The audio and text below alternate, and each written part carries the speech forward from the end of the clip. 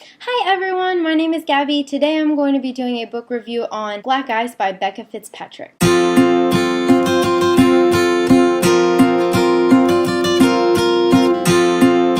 So for the most part, my review will be spoiler-free, but I might include some details at the beginning of the book. I don't want to ruin the ending for you, in order to get a specific point across, and I'll let you know if that happens to be a spoiler or not. So first off, I want to say that I do like the cover of this book. The cover being dark adds some sort of mystery to it, which I really like. I also like how it incorporated the cabin in the woods and the snow. I felt like it was appropriate for the story. I like how they executed this fairly well. So I'm just going to give you a quick summary of this book. It's about two girls, Britt and Corby, and we happen to be reading from Britt's perspective. And these two girls are wanting to go backpacking in the woods for spring break. On their way up the mountain, they get stuck in a huge blizzard, so they have to abandon their car and they have to try and go seek shelter.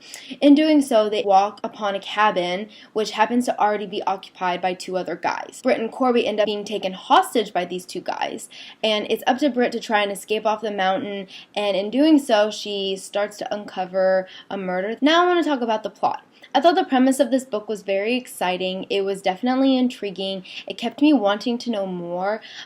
I really did enjoy reading this book. It made me question who to trust, and I kept going back and forth between certain characters on who I thought I could trust or who I thought was the murderer, and I did enjoy that little bit of mind game. I also liked the beginning of the book. The very first few pages, we're reading it from a girl, Lauren, her perspective, and she is drunk at a bar and she gets picked up by this guy, and he takes her back to his place, and she ends up getting strangled.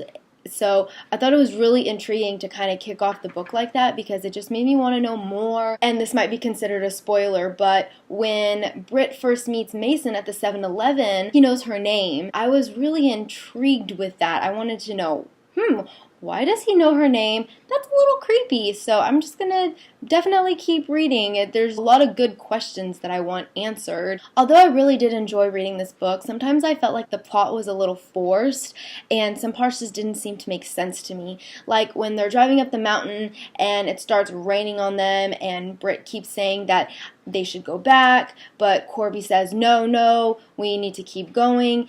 Part of me just didn't really like that because it was Britt's idea in the first place to go to the cabin for spring break, and Corby really wanted to go to the beach, but Corby happens to be the one wanting to go up the mountain and continuing while Britt thinks that they should turn back. So I don't know, for some reason I thought that was a little it just didn't seem to make as much sense to me. You'd think it would be reversed. Maybe I'm just overthinking it. I also didn't really like how the girls ended up just walking around the woods seeking shelter. It just didn't really make sense to me.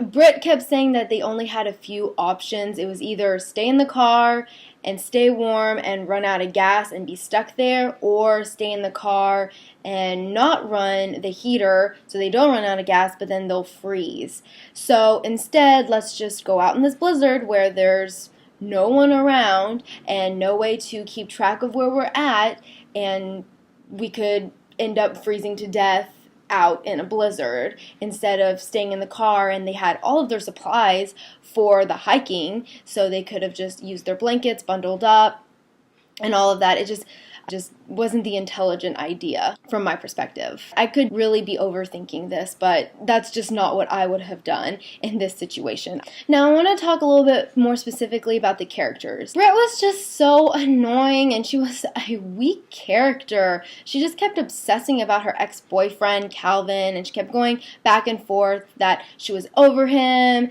and she just wasn't going to think about him anymore, and she doesn't really care how he treated her. But then the next line, she's missing him. I just felt like these girls didn't necessarily act their age. Sometimes I kept questioning, are they really 17 or are they 13? And I don't necessarily mind reading about characters that happen to be weak and kind of petty and dramatic at the beginning, but I like to have a character development as the book carries on. Although Britt did have some development, I felt like she lacked a little bit more.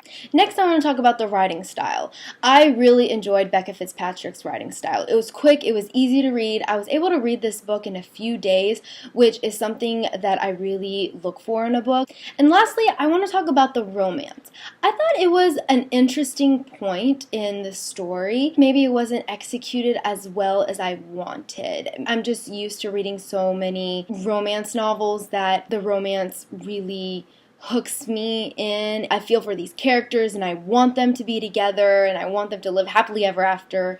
But I didn't get the ooey gooey feeling of, oh, I really want Brit with this character. All in all, I really did like this book and I enjoyed reading it. I do recommend it. I gave this a 3 out of 5 stars just because I did like it, but I didn't love it, and it won't be a book that I'm going to reread. It was an exciting story. Becca Fitzpatrick did a really good job at just pulling you in at the very beginning of the book. As I said, it is a book that I do recommend.